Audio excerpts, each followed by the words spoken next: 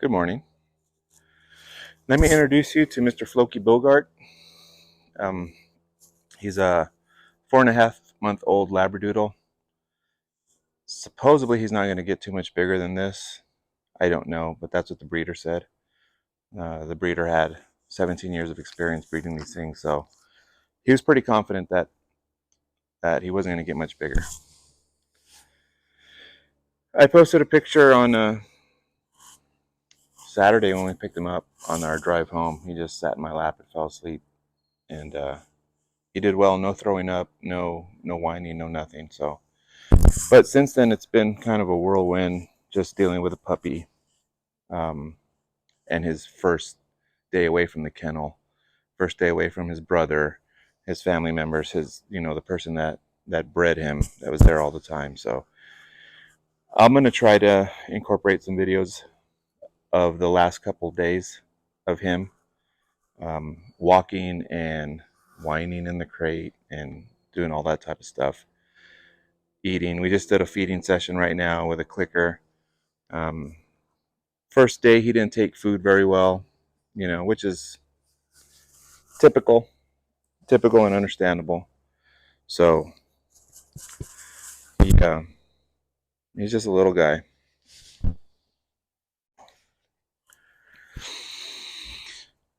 Why we went with a Labradoodle? Well, the last video I made, I talked about the issues that I've had with rescues, and I was pretty put off by that. So I started looking at breeders' web pages, and I found this guy fairly close by, about an hour away, and we went to go look at him. And once we saw him, it was kind of over. He was awesome. Him and his little brother were running amok. They were playing with toys. He plays fetch pretty well, and that was kind of what I was looking for. A dog that had some really good, toy drive, play drive, and so that I can do things with him. So once we got home, it was a different story. I don't know how much socialization or how much he got out of the kennel environment. From what I've seen, it doesn't seem like he's seen a lot in his short time on this earth. We took a couple of walks, and at the beginning, he would stop and freeze. He had a problem coming in the front door and, coming in and out the back sliding door, which is expected and typical for a dog that hasn't been, exposed to those types of things. So we're seeing him see things for the first time in his life, which that's pretty cool. When I see him and he hears something for the first time or he sees something for the first time, that's pretty interesting to see for me, from my vantage point. So I think because of how small he is and uh, just he looks like a teddy bear. When they have these problems with, let's say a threshold at a door, or they're on a walk and they stop, I think most people would pick them up and get them through that barrier. Well, I'm not going to do that. I want him to learn on his own that, hey, it's safe here, and we'll watch over you, and it'll be okay. And he's done well. Now he has no issues with the doors. When we go on a walk, he never pulls in front of me. He's always behind me, but he likes to go from left side to right side to in between my legs. So in a lot of these videos, you'll hear me. I picked up on that pretty quick, that he's all over my legs. You'll hear me shuffle my feet a lot, and it's not because I'm lazy. I don't, it's not because I don't pick up my feet. It's just I don't want to step on him. So I've been kind of shuffling my feet around him, and it's gotten better. We went on a walk this morning, about 5:45 this morning, 5:50.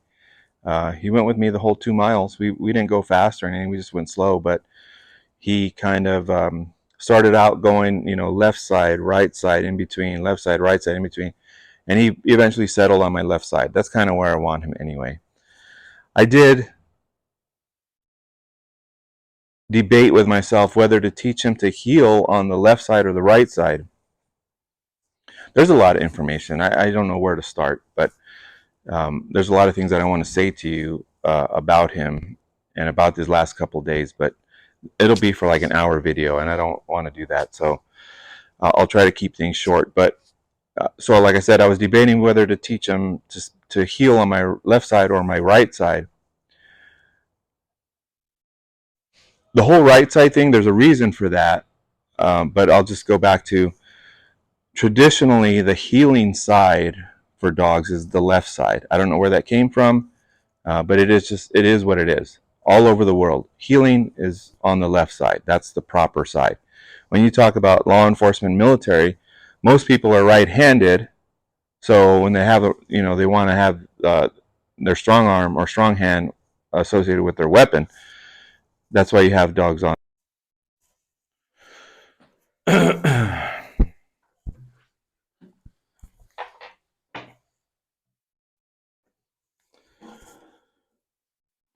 Okay, I'm back. So I don't know how long I went for, probably another 10 minutes. And the phone shut down because of heat again. And it's like 8 in the morning, 8:30. So um, I switched to the shade. Floki is in his crate right now, so let's hope that he stays quiet. Maybe just hearing my voice to stay quiet. And so we were talking about what side to heal on, and I ended, or the video stopped as I was talking about law enforcement and military and why they have their dog on their left side, because most people are right-handed, and access to your weapon, you want your strong hand where where your weapon is. But the healing position has been in the left side forever, and that's just the way it is. But here in the United States, I know this is going to sound weird, but this is just how I think. We drive on the right side of the road, right? So if we're driving, we're going forward, and another car is approaching us, they're going to be on our left. So if the correct healing position is on the left, and you're approaching each other, and you're both on the left, where does that leave the dogs? Right next to each other. So I debated with teaching him to heel on the right so that I would always be in between the dogs. But I'm too stuck in my ways, and the left is where it's at. So I'm gonna stay on the left. If I get in that situation where I'm approached by a dog that maybe he doesn't feel comfortable with, or I don't feel comfortable with, and I'll just cross the street or go around. It's not a big deal. So after that, we talked about. Let me talk about real quick his name, Floki Bogart. Um, we were big fans of a TV series called Vikings. They talked about Ragnar Lothbrok and uh, who else, Rollo, and a couple other guys. And the boat builder in that series was named Floki, and he was crazy. He was nuts, and he had this weird laugh. And we watched. I think we watched it twice, but the whole series, and we just loved his character. So we always thought that it would be a good dog name, Floki. You hear Loki, Thor's brother, but you don't hear Floki. So that's his first name. Second name, Bogart, not because of the Padres. Um, our niece, when she was in elementary school, uh, liked a little boy named Bogart. Now, at the time, I thought it was hilarious because if you knew where I grew up in Calexico in the Imperial Valley, it's like 98%, 99% Mexican. What kind of Mexican family names their kid Bogart? I don't know. So it was funny to me. So I figured that'd be his middle name, Floki Bogart, Floki B. I'm sure there's gonna be other names that come to mind. I don't know. Yesterday I was calling him Muppet because he looks like a Muppet. Um, but yeah, so that's where his name comes from. I think it's kind of funny. Uh, crate training. Crate training has been interesting thus far. He, the first night, Saturday night, he did well. He doesn't go in his crate on his own. We had a couple of peeing incidents. One was with the crossing over the threshold of the front door. Could have been fear, could have been excitement. And the other one was putting him in his crate. He doesn't want to go in the crate. So I lifted him up and I was headed that way and he peed. So we just kept trying it over and over again, nice and calm. And it got to the point where I would put like one paw, I would lift one paw, put it inside the crate, lift the other paw, put it inside the crate, and then, kind of touch his butt, and then he would go in. And it's still kind of that way. He doesn't really like the crate, but he's going to have to learn that it's okay. First night he slept in the crate, was not bad. He went to bed around 10. I went to bed around 11, or I went to sleep around 11. Come about 3:15, 3:30, I could hear him moving around in the crate. So I woke up and brought him outside. And he ran around for a little bit. I don't remember if he peed or not. And yeah, that was that. I was up from that point on, and all day yesterday was kind of in and out of sleep for both of us. He slept, I was sitting on the couch. So I would go to sleep just getting up that early, and he would sleep at my feet. So we went for a couple walks. He he's still going. He doesn't go in front of me, like I said, but he'll go behind me and in between my legs and right side and left side, and he's all over the place. So we'll get that squared away. I'm not worried about it too much. I'm just happy he's not pulling right now. Most young dogs are out there want to be in front and pull. So he's on my side or behind me. Naturally, I'm not forcing anything. Last night in the crate was pretty bad. Uh, we went to bed, or I put him in the crate about 9:30, 10, and he whined, barked, scratched, growled. He did everything in that crate for about an hour and a half to 2 hours. It was pretty bad. But I can't, when he's doing that, I just have to be quiet. I think it was because he was in an area where he couldn't see me, really. I mean, the crate wasn't in the laundry room or in the bathroom or anything like that. It was out in the open, but he couldn't see me. I was laying down on the couch, and he couldn't see me. So I don't know if that freaked him out or what, but it was a really bad night. And the hard part is not going over there and talking to him, telling him to be quiet, or telling him no, or taking him out of the crate and holding him. All that is bad, and I had to just wait it out until he finally, cried himself to sleep.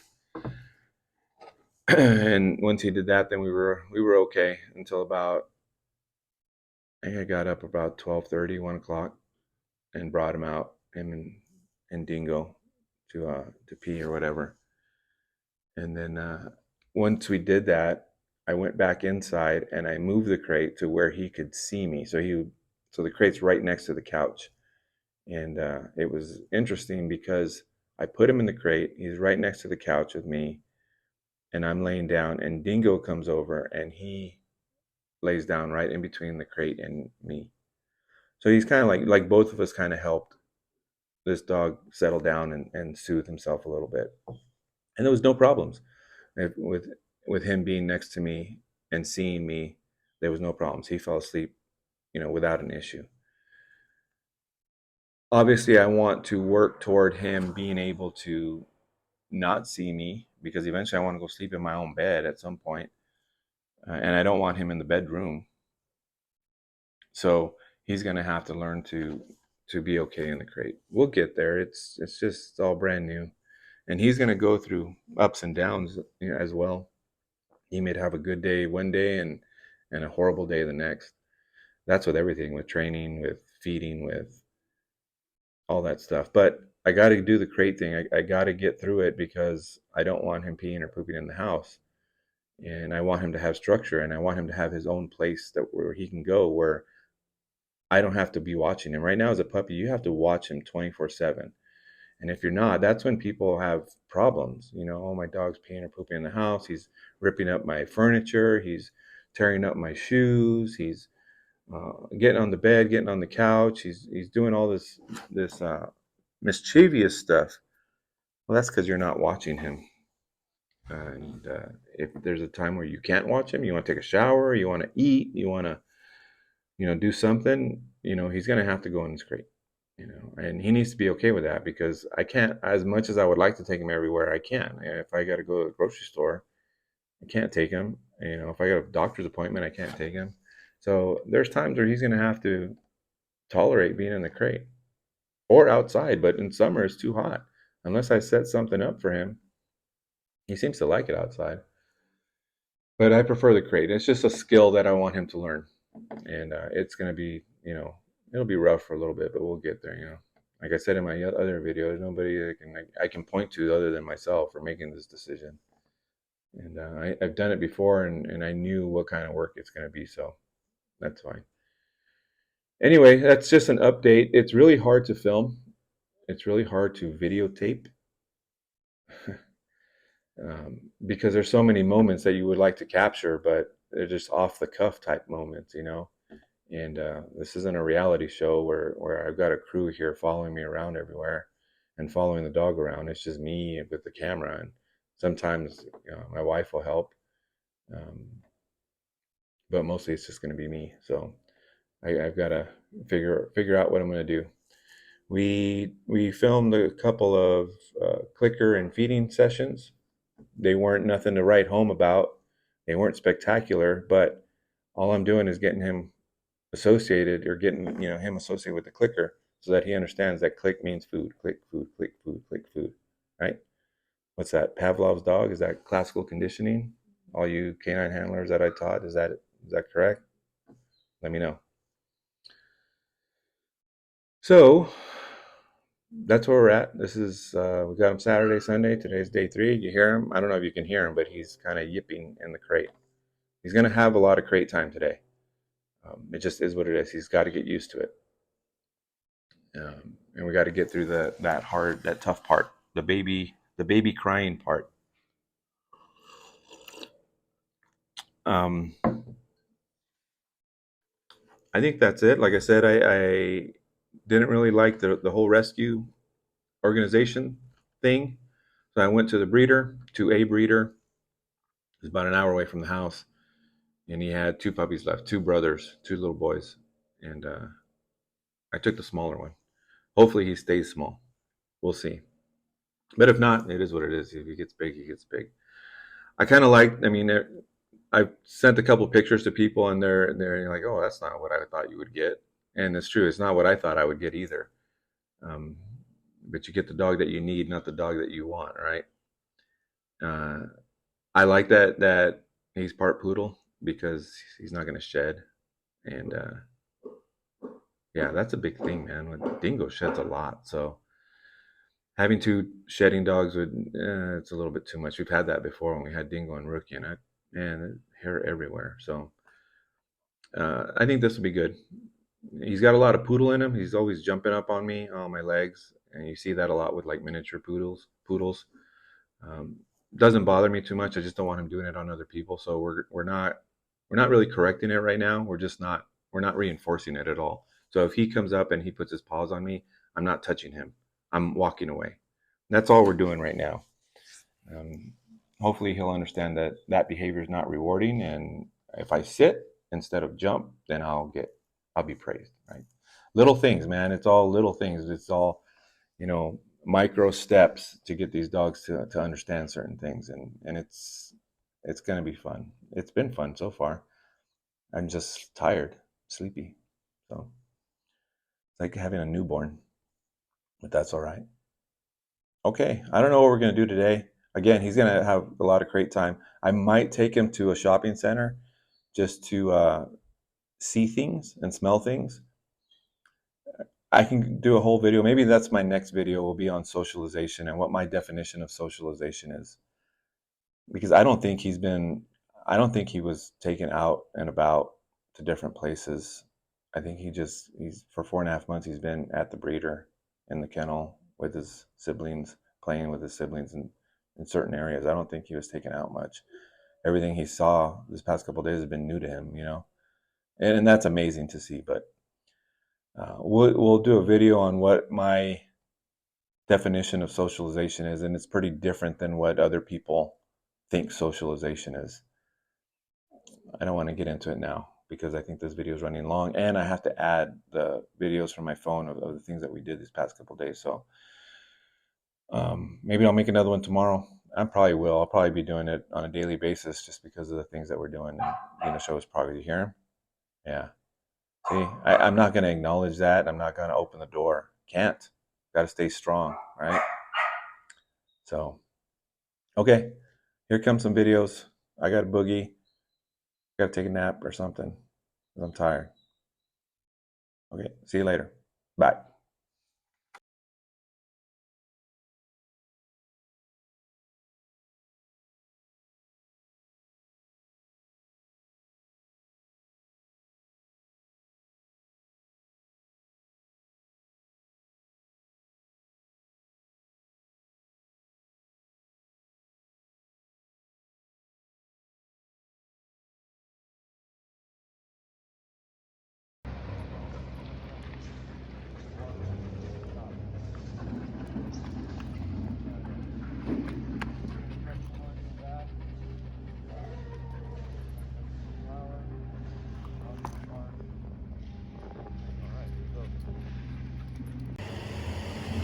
Alright, all kinds of new things going on.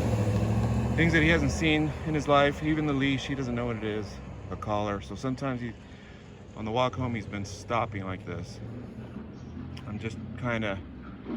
There's construction noise in the back. Probably never seen a flower. Dog just barked. Everything's new. Alright, here we go. Okay, we made it to the house. But now we're stuck at the threshold of the door. You can see, or you can hear construction noise in the background. This big door here that is probably kind of freaking him out. And he also has to cross over this this mat in the front that has a weird texture. So right now he's checking, he's kind of frozen a bit. Now he's a little bit unlocked. Okay, now he's checking stuff out. We're gonna try to lure him in here with some bologna or something.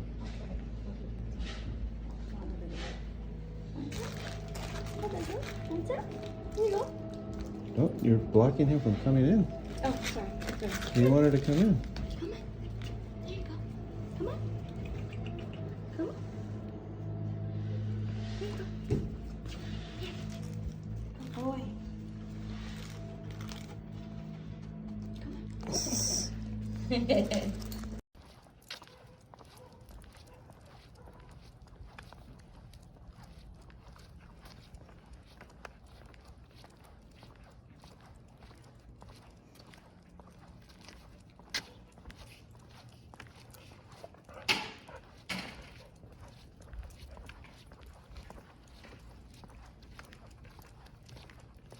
Where you going?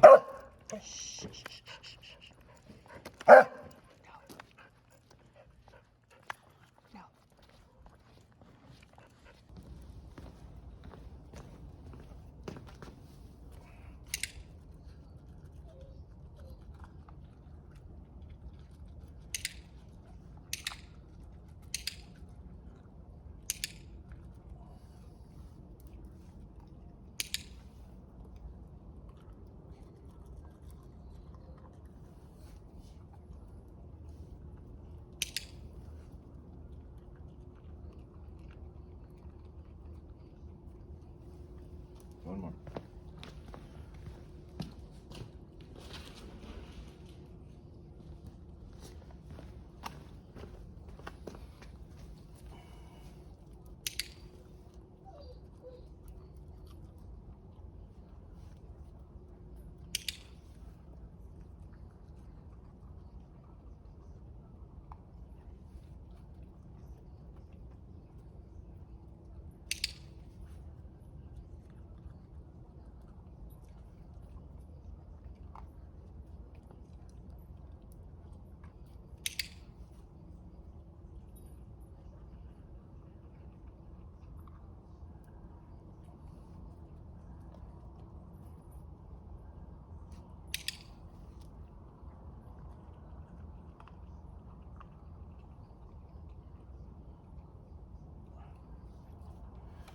Dingo, you want to clean up the mess? Dingo, go something.